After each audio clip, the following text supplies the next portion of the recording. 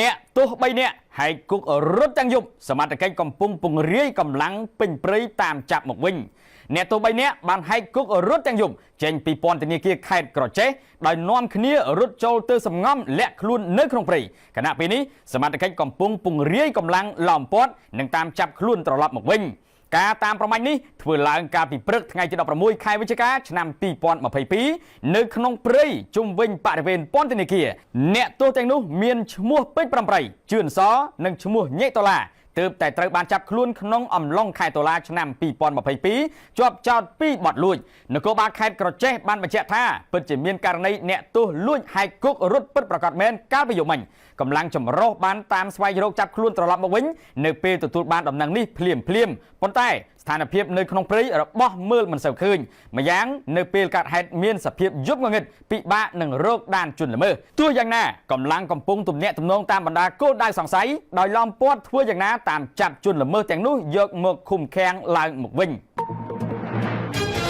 ក្រសួងកសិកម្មកំពុងរកវិធីទប់ស្កាត់តម្លៃស្រូវធ្លាក់ចុះនៅខេត្តចំនួន2ជាប់ព្រំដែនថៃដោយមើលឃើញថាក្នុងឱកាសប្រមូលផលស្រូវតម្លៃស្រូវនៅខេត្តបាត់ដំបងនិងខេត្តបន្ទាយមានជ័យបានធ្លាក់ចុះជាងឆ្នាំមុននោះក្រសួងកសិកម្មរុក្ខាប្រមាញ់និងនេសាទបានចាត់បញ្ជូនក្រុមការងារចុះទៅពិនិត្យជាក់ស្ដែងដល់គោលដៅតែម្ដងដើម្បីរកដំណោះស្រាយជូនកសិករលោកឈឹមវើជីរ៉ាប្រធានមន្ត្រីកសិកម្មរុក្ខាប្រមាញ់និងនេសាទខេត្តបាត់ដំបងបានប្រាប់ឲ្យដឹងថាក្រុមការងារមកពីក្រសួងនិងមន្ត្រីជំនាញកសិកម្មខេត្តម្ចាស់រោងម៉ាស៊ីនកិនស្រូវរួមជាមួយនឹងឈ្មួញមួយចំនួនទៀតបានជួបប្រជុំគ្នានៅព្រឹកថ្ងៃទី16ខែវិច្ឆិកានេះដើម្បីរកដំណោះស្រាយបន្ទាន់មួយករណីស្រូវធ្លាក់ចុះនេះផងដែរក្រសួងបានអំពាវនាវដល់ប្រជាពលរដ្ឋដែលជួបបញ្ហាតម្លៃស្រូវធ្លាក់ចុះសូមតាក់ទងដោយផ្ទាល់ទៅក្រុមការងាររបស់ក្រសួងនៅខេត្តទាំងពីរដើម្បីឲ្យក្រុមការងារអាចទទួលបានព័ត៌មានពេញលេញនិងធ្វើការសម្របសម្រួលជាមួយរោងម៉ាស៊ីនកិនស្រូវនៅក្នុងតំបន់អ្នកស្រីគង់សំនៀងកសិកររស់នៅក្នុងភូមិខ្នាចរមៀសឃុំខ្នាចរមៀសស្រុកបាវលបានប្រាប់ថា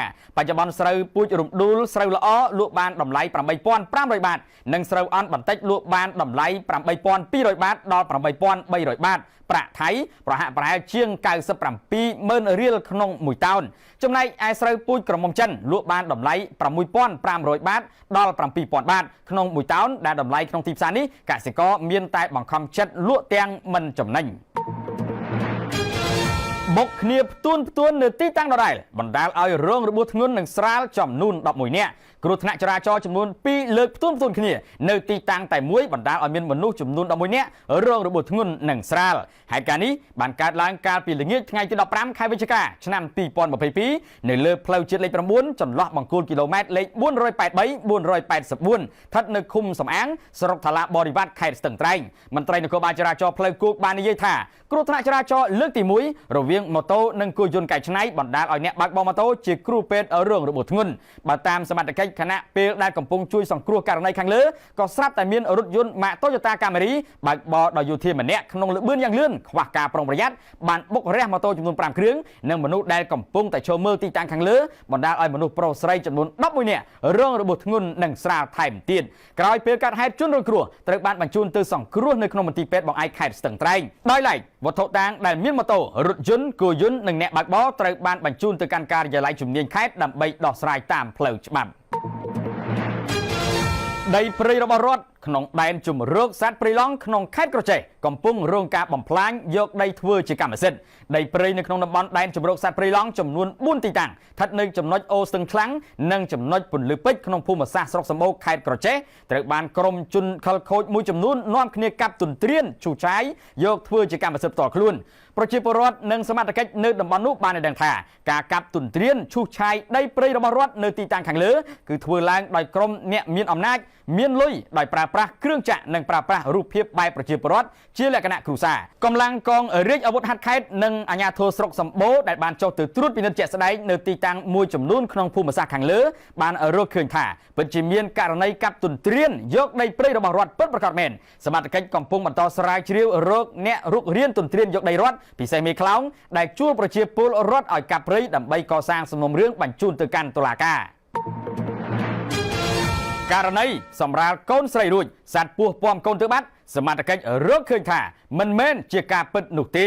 ក្រោយការស៊ើបអង្កេតលើករណីសម្រាប់កូនរួចសត្វពស់ពាំកូនយកទៅបាត់បង្កការភ្ញាក់ផ្អើលពេញបណ្ដាញសង្គមនោះសមត្ថកិច្ចរកឃើញថាមិនមែនជាការពិតនោះឡើយហើយឲ្យសម័យខ្លួនបញ្ឈប់ការផ្សាយព័ត៌មានប្រឌិតជាបន្តបន្ទាប់ទៀតការភ្ញាក់ផ្អើលនោះស្ថិតនៅក្នុងភូមិរមាំងថ្កោលឃុំរមាំងថ្កោលស្រុកស្វាយទៀបខេត្តស្វាយរៀងដែលមានស្ត្រីឈ្មោះសេងរតនាជាកម្មកររោងចក្របានអះអាងថា